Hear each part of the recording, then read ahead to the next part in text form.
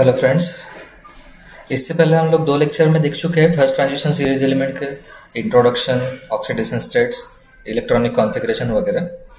आज हम लोग थोड़ा आगे बढ़ते हैं और उनकी मैग्नेटिक प्रॉपर्टीज को स्टडी करने की कोशिश करते हैं। तो चलिए स्टार्ट करते हैं मैग्नेटिक प्रॉपर्टीज। जो एलिमेंट्स है फर्स्ट ट्रांजिशन सीरीज के और उनके कंपाउंड्स वो मैग्नेटिक प्रॉपर्टीज शो करते हैं। आप लोगों ने मैग्नेट तो देखा ही होगा जो स्पीकर्स में वगैरह रहता है। जब हम इनको मैग्नेटिक फील्ड में रखेंगे तभी वो मैग्नेटिक प्रॉपर्टी शो करेंगे। उनको हमने 3 टाइप में क्लासिफाई किया है। एक बोलेंगे पैरामैग्नेटिक, एक बोलेंगे डायामैग्नेटिक और एक बोलेंगे फेरोमैग्नेटिक। अभी इसका मीनिंग भी समझने की कोशिश करते हैं हिंदी में। Para means favourite. Magnetic field का अगर फेवरेट है यानी मैग्नेटिक फील्ड की तरफ अट्रैक्ट होगा तो वैसे कंपाउंड्स को हम लोग बोलेंगे paramagnetic. Dia means opposite to diamagnetic means ये मैग्नेटिक फील्ड को अट्रैक्ट नहीं होगा, ये हेट करेगा उसको। और जैसे कि इजिप्शियन फेरो आप लोगों ने नाम सुना होगा हिस्ट्री में। फेरो मीन्स किंग ऑफ मैग्नेटिज्म, तो यानी एक्सट्रीम केस रहेगी पैरामैग्नेटिज्म की, उसको हम लोग बोलेंगे फेरोमैग्नेटिज्म। तो चलिए डिस्कस करते हैं क्या होता है पैरामैग्नेटिज्म। देखिए ऐसे सब्सटेंसेस, इनमें क्या क्या आएगा, एटम्स आएंगे, आयंस आएंगे या फिर मॉलिक्यूल्स आएंगे जिनमें एक या फिर एक से ज्यादा अनपेयर्ड इलेक्ट्रॉन्स होंगे। जब हम देखिए सब्सटेंस, एटम, आयन या फिर मॉलिक्यूल, एक या एक से ज्यादा अनपेयर्ड इलेक्ट्रॉन, जो कलर दिखाने के लिए भी कंडीशन थी, जब हम इनको प्लेस करेंगे मैग्नेटिक फील्ड में तो ये मैग्नेटिक फील्ड की तरफ अट्रैक्ट होंगे। तो वैसे सब्सटेंसेस को हम लोग बोलते हैं पैरामैग्नेटिक सब्सटेंस। देखिए ये अट्रैक्ट हो रहे हैं मैग्नेटिक फील्ड में, तो इसलिए इनको बोला गया है पैरामैग्नेटिक सब्सटेंसेस। और प्रॉपर्टी जो है उसको बोला गया है पैरामैग्नेटिज्म। ऐसे substances magnetic lines of force को अलाउ करते हैं टू पास थ्रू देम, यानी मैग्नेटिक लाइंस ऑफ फोर्स जो है वो इन सब्सटेंसेस के थ्रू पास हो गए और सब्सटेंस जो है वो ज्यादा से ज्यादा मैग्नेटिक फील्ड को अलाउ करने की कोशिश करेगा। देखिए यहाँ पर मैग्नेटिक लाइंस ऑफ फोर्स दिखाई गई है, तो जितने ज्यादा से ज्यादा परमिट करना है इसको तो ये खुद को पैरेलल अलाइन कर लेगा। देखिए मैग्नेटिक लाइंस ऑफ फोर्स को एक सब्सटेंस पैरेलल अलाइन हो चुका है जिससे कि ज्यादा से ज्यादा इसमें से लाइंस ऑफ फोर्स पास हो सके। अभी most of the 3D metals ions जो है वो पैरामैग्नेटिक रहेंगे नेचर में, फॉर एग्जाम्पल Cr और Cu। लेकिन मोर number of unpaired electrons greater will be the paramagnetic character. जितने ज्यादा अनपेयर्ड इलेक्ट्रॉन रहेंगे उतना ही उस सब्सटेंस का पैरामैग्नेटिक कैरेक्टर ज्यादा रहेगा। अभी इसके ऊपर टेम्परेचर का भी इफेक्ट होता है, देखते हैं कैसे। Paramagnetism decreases with increase in temperature. Temperature बढ़ेगा तो पैरामैग्नेटिज्म डिक्रीज होगा। आपने भी देखा होगा अगर मैग्नेट को हम लोग गर्म करते हैं तो उसका मैग्नेटिक प्रॉपर्टी डिस्ट्रॉय हो जाता है। The magnetic moment of 3D elements is given by the formula. देखिए मैग्नेटिक मोमेंट का फॉर्मूला है mu is equal to under root of n into n plus 2 Bohr magneton, that is Bm is nothing but Bohr magneton. Unit है magnetism का और n मतलब होता है number of unpaired electrons. देखिए Bohr magneton, number of unpaired electrons. यहां पर clearly दिखता है जितना n की वैल्यू बढ़ेगा उतना ही म्यू की वैल्यू बढ़ेगा, और म्यू मतलब मैग्नेटिक मोमेंट। अभी डायामैग्नेटिज्म देखते हैं। ऐसे सब्सटेंसेस, एटम्स, आयंस या फिर मॉलिक्यूल जिनमें सारे के सारे पेयर्ड इलेक्ट्रॉन्स है, नो अनपेयर्ड इलेक्ट्रॉन्स, जब हम इनको मैग्नेटिक फील्ड में प्लेस करेंगे तो ये अट्रैक्ट नहीं होंगे, ये होंगे repelled by the magnetic field, और इनको हम लोग बोलते हैं डायामैग्नेटिक सब्सटेंसेस। और जो प्रॉपर्टी है उसको बोलेंगे डायामैग्नेटिज्म। अब ये सब्सटेंस की खासियत देखिए, मैग्नेटिक लाइंस ऑफ फोर्स उसमें से पास हुए थे, इसमें से पास नहीं होते, और सब्सटेंस खुद को पैरेलल अलाइन नहीं करेगा, ये करेगा परपेंडिकुलर। और जो 3D मेटल आयंस है जिनमें सारे के सारे पेयर्ड इलेक्ट्रॉन्स है वो डायामैग्नेटिक रहेंगे। देखिए सब्सटेंस को, इसमें से लाइंस ऑफ फोर्स पास नहीं हो रही। अगर लाइंस ऑफ फोर्स इसको पास नहीं करने देना है यानी कम से कम कांटेक्ट में आना चाहेगा तो ये खुद को परपेंडिकुलर अलाइन कर लेगा इस तरीके से, तब जाके ये थोड़ा सा मैग्नेटिक फील्ड से बच पाएगा। अभी देखते हैं फेरोमैग्नेटिज्म क्या है। ये फेरोमैग्नेटिज्म एक्सट्रीम केस है पैरामैग्नेटिज्म की ही, यानी कि पैरामैग्नेटिक सब्सटेंस को ही हम लोग फेरोमैग्नेटिक सब्सटेंस बोलेंगे। लेकिन कब? In certain elements like Fe, CO, Ni, जो अनपेयर्ड इलेक्ट्रॉन्स है इनके स्पिन्स ज्यादा प्रोनाउंस्ड रहेंगे, इसका मतलब ज्यादा अनपेड इलेक्ट्रॉन रहेंगे। As a result these elements are much more paramagnetic than other 3D elements. तो इनको हम लोग बोलते हैं फेरोमैग्नेटिक सब्सटेंसेस। और इनकी जो प्रॉपर्टी है ज्यादा पैरामैग्नेटिज्म दिखाने वाली, इसको बोलते हैं फेरोमैग्नेटिज्म। अभी जब ऐसे सब्सटेंसेस को हम लोग प्लेस करेंगे मैग्नेटिक फील्ड में, तो ये सब्सटेंसेस खुद को नॉर्थ और साउथ पोल में कन्वर्ट कर लेगा। जैसे आप मैग्नेट देख चुके हो, मैग्नेट में north pole south pole 2 poles रहते हैं, तो ये सब्सटेंस खुद में डेवलप कर लेते हैं। मींस ये सब्सटेंस हो जाएगा मैग्नेटाइज। मैग्नेटाइज हो जाएगा मतलब खुद भी मैग्नेट की तरफ बिहेव करने लग जाएगा। इसका मतलब Fe, CO और Na जो है ये परमानेंट मैग्नेट फॉर्म कर सकते हैं, ये इनकी खासियत है, इसलिए इनको अलग कैटेगरी में डाल दिया, that is ferromagnetism. Ferromagnetic substance में high value of magnetic permeability होती है। अब मैग्नेटिक परमेबिलिटी मतलब मैग्नेटिक लाइंस ऑफ फोर्स को खुद के अंदर से पास होने देना। जितनी ज्यादा मैग्नेटिक लाइंस ऑफ फोर्स इनमें से पास होगी, उतनी ही उनकी परमेबिलिटी ज्यादा होगी। परमेबिलिटी मतलब लाइंस ऑफ फोर्स को परमिशन देना। अभी Fe में, CO में और Na में ज्यादा अनपेड इलेक्ट्रॉन्स होंगे, और ज्यादा अनपेड इलेक्ट्रॉन होने की वजह से इनका पैरामैग्नेटिक कैरेक्टर भी ज्यादा होगा। इसीलिए ये जो सब्सटेंस है इनको हम लोग बोलते हैं फेरोमैग्नेटिक सब्सटेंसेस।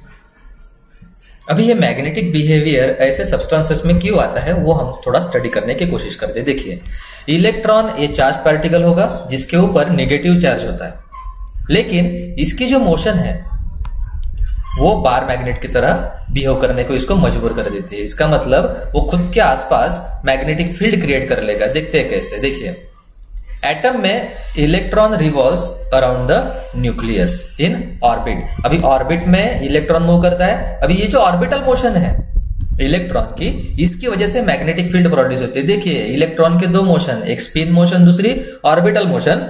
अभी इसमें जो ऑर्बिटल मोशन है उसकी वजह से भी मैग्नेटिक फील्ड बन रही है, जिसको हम लोग बोलते हैं ऑर्बिटल मैग्नेटिक मोमेंट। और साथ ही साथ अभी देखिए, ऑर्बिटल मोशन के साथ ही electron also has spin motion. अभी ऑर्बिटल मोशन की वजह से ऑर्बिटल मैग्नेटिक मोमेंट आ गया, स्पिन मोशन आएगी। ये तो एक तो क्लॉकवाइज रहेगी या फिर एंटी क्लॉकवाइज। इस स्पिन मोशन की वजह से भी this spin motion produces spin magnetic moment. अभी देखिए, 2 टाइप के मैग्नेटिक मोमेंट बन गए। ऑर्बिट की वजह से आने वाला orbital magnetic moment, spin motion की वजह से आने वाला स्पिन मैग्नेटिक मोमेंट। अभी ये जो 2 मैग्नेटिक मोमेंट्स है, ऑर्बिटल और स्पिन, ये रिस्पॉन्सिबल होंगे for magnetic character in an atom और सब्सटेंस। अभी देखिए, फॉर एग्जांपल ये इलेक्ट्रॉन दिख रहा है आपको, ये बाहर वाला, ये इलेक्ट्रॉन में 2 मोशंस है। एक तो ये ऐसे ऐसे घूमेगा गोल गोल, जिसको हम लोग बोलते हैं ऑर्बिटल मोशन। अभी ऑर्बिटल मोशन की वजह से जो मैग्नेटिज्म आएगा उसको बोलेंगे ऑर्बिटल मैग्नेटिक मोमेंट। लेकिन अभी खुद के आजू बाजू में भी ये राउंड मार रहा है, जिसको हम लोग बोलते हैं स्पिन मोशन। इसकी वजह से जो मोमेंट आएगा उसको बोलेंगे स्पिन मैग्नेटिक मोमेंट, यानी 2 टाइप के मैग्नेटिक मोमेंट दिखाएगा।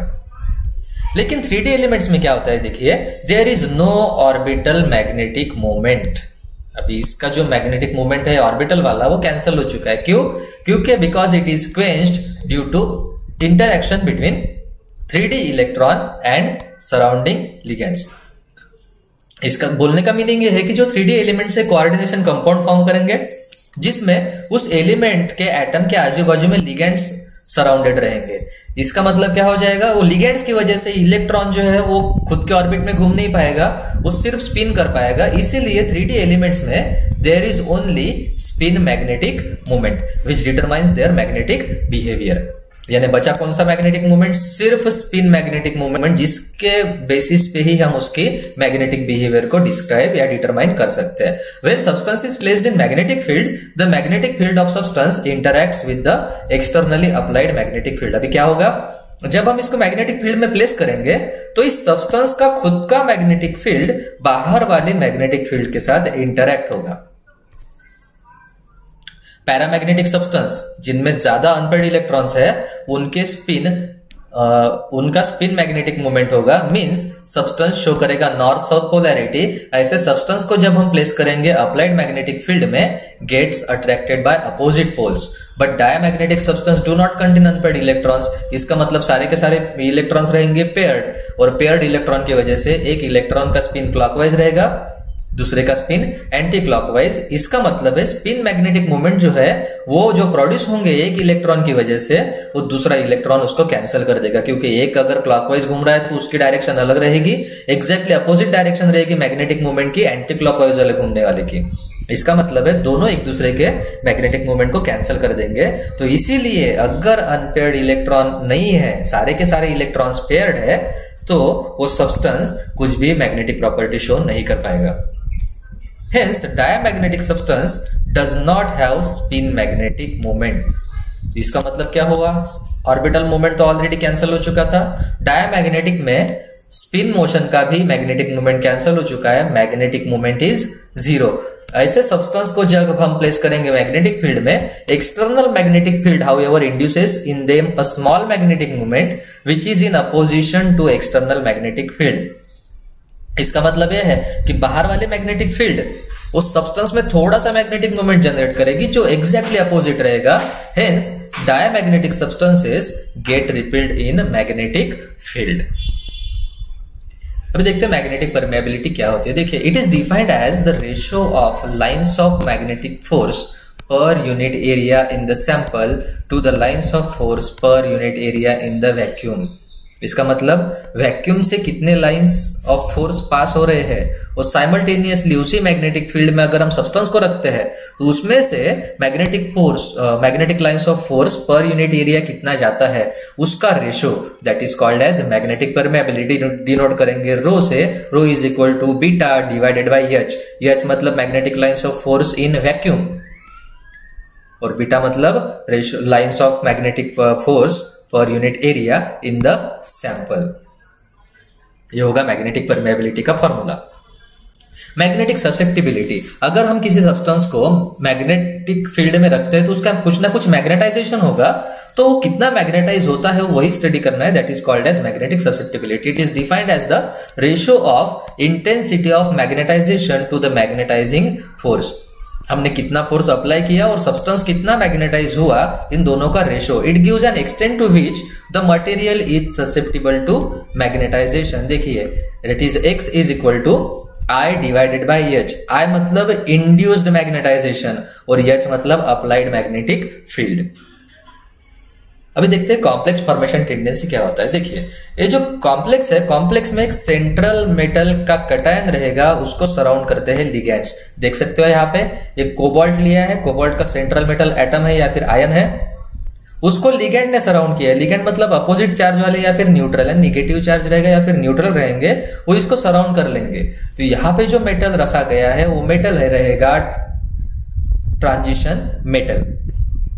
तो अभी ये जो लिगेंड्स है, ये लिगेंड्स ये आजू बाजू में जो सराउंड है Cl NH3 that is ammonia, इनको हम लोग लिगेंड्स बोलेंगे, और जो सेंटर में है उसको बोलेंगे सेंट्रल मेटल कटायन, जो जनरली 3D 4D या 5D सीरीज का रह सकता है।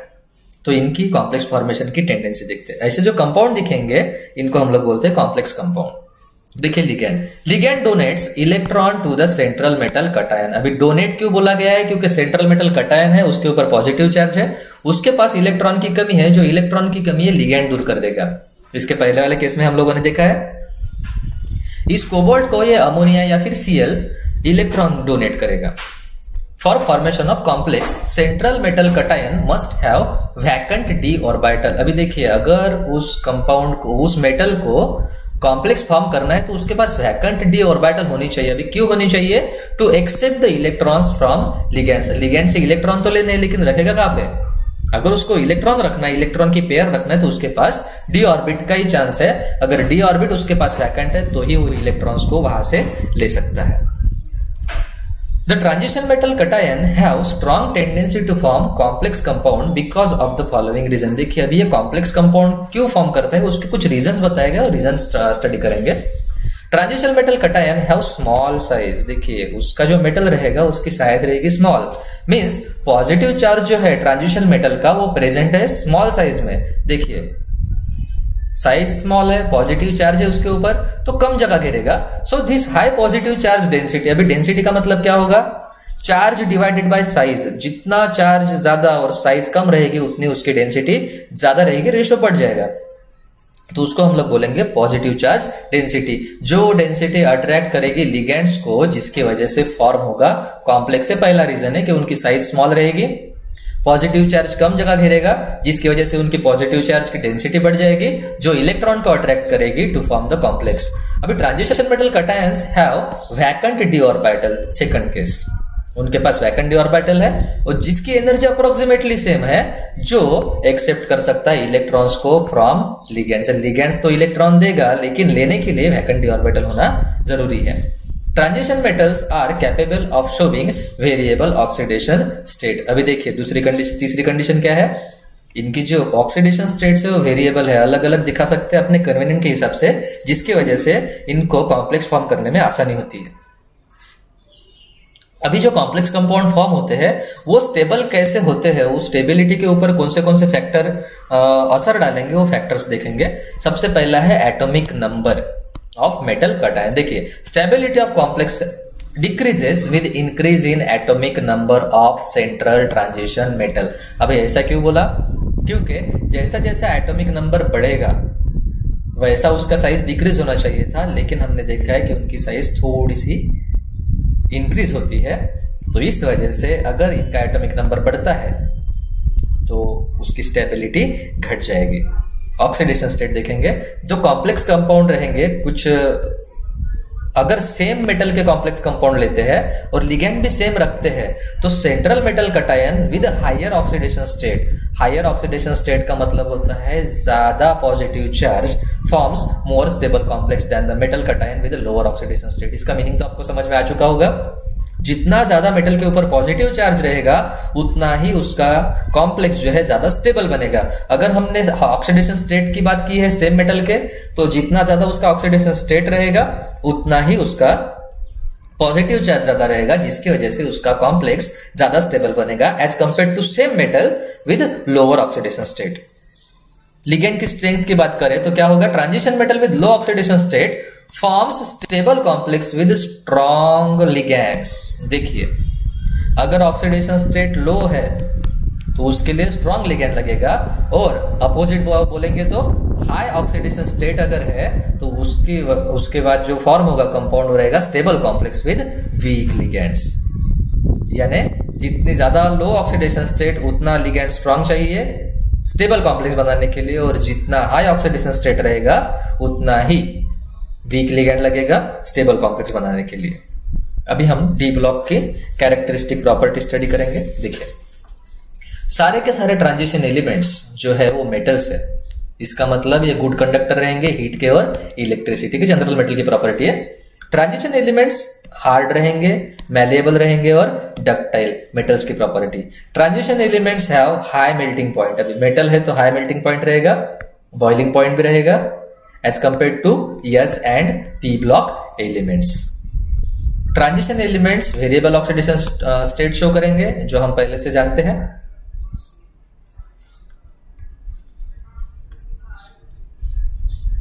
Most of the transition elements form colour compounds. अभी ये जो ट्रांजिशन एलिमेंट्स है ये कलर कंपाउंड भी फॉर्म करते हैं, और most of the transition elements and their compounds are paramagnetic in nature. देखिए वेरिएबल ऑक्सीडेशन स्टेट दिखाएंगे, कलर्ड कंपाउंड फॉर्म करेंगे और पैरामैग्नेटिक इन नेचर रहेंगे। इसके पहले क्या देखा हमने, मेटल्स है, गुड कंडक्टर है हीट के इलेक्ट्रिसिटी के, हार्ड है, मेलेबल है, डक्टाइल है, उनका मेल्टिंग पॉइंट और बॉइलिंग पॉइंट हाई रहेगा, इतना भी लिखा तो भी चलेगा, यस और पी के साथ कंपेयर नहीं किया तो भी चलेगा। Transition elements have strong tendency to form complexes, जो अभी थोड़ी देर पहले हम लोग देख चुके हैं। तो transition elements and their compounds act as a good catalyst. अभी देखिए हम रिएक्शन में जानते हैं कैटलिस्ट की जरूरत होती है, तो ये कैटलिस्ट की तरह भी काम करते हैं वेरियस रिएक्शंस के लिए। Transition elements forms alloy with each other because they have almost similar atomic size. देखिए अलॉय हमको पता है, मेटल्स का मिक्सचर लेते हैं हम लोग तो उनको अलॉय बोलते हैं। तो अलॉय बनाने के लिए खासियत चाहिए मेटल्स में कि उनकी साइज ऑलमोस्ट सेम चाहिए। इस केस में वैसा पॉसिबल होता है, इसलिए एलिमेंट्स एक दूसरे के साथ अलॉय फॉर्म कर सकते हैं। यहीं पे हमारा first transition series element topic खत्म हुआ। नेक्स्ट टाइम हम लोग देखेंगे सेकंड और थर्ड ट्रांजिशन सीरीज कंबाइन में स्टडी करेंगे।